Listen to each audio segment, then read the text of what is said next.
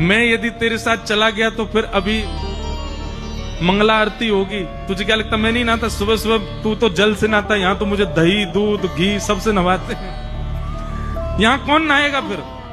यहाँ कौन बैठेगा? नामदेव जी बोले मुझे नहीं पता, मेरी माँ को समझा के आओ, उसको बोल के आओ सुबह सुबह नहीं नहलाया करे मुझे। ठाकुर जी बोले तो फिर एक काम कर, मैं जाता हूँ माँ को बताने, तू मेरी जगह यहाँ आ जा चल।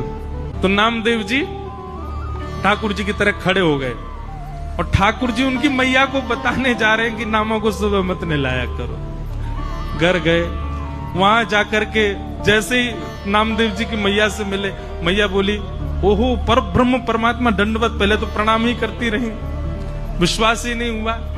थोड़ी देर बाद चेतना आई तो बोली नामा नहीं आया? बोले नामा तो मंदिर में खड़ा है। अच्छा, और ठाकुर जी के मंदिर से जाते ही वो सुबह आरती कौन सी? काकड़ा आरती। सुबह सुबह काकड़ा आरती, वो अभिषेक आदि उसको पूरे को काकड़ा आरती बोलते हैं। ठाकुर जी के मंदिर से जाते ही सब वैष्णव घुस गए मंदिर में, मंदिर खोल दिया, नामदेव जी खड़े थे सामने। लेकिन ठाकुर जी के प्रताप से नामदेव जी ही विट्ठल बन गए और काकड़ा आरती नामदेव जी की हो गई उस दिन। बेचारे नामदेव जी सोच रहे होंगे इससे बढ़िया तो घर ही ना लेता जल से, यहाँ तो मुझे पंचामृत निला दिया सबने। अब ठाकुर जी 3 दिन तक योजना बनाते रहे मैं कैसे घुसूं मंदिर में, क्यों इतने वैष्णव। और 3 दिन तक श्री नामदेव जी ही विट्ठल जी के स्वरूप में उन्हीं की सेवा होती रही।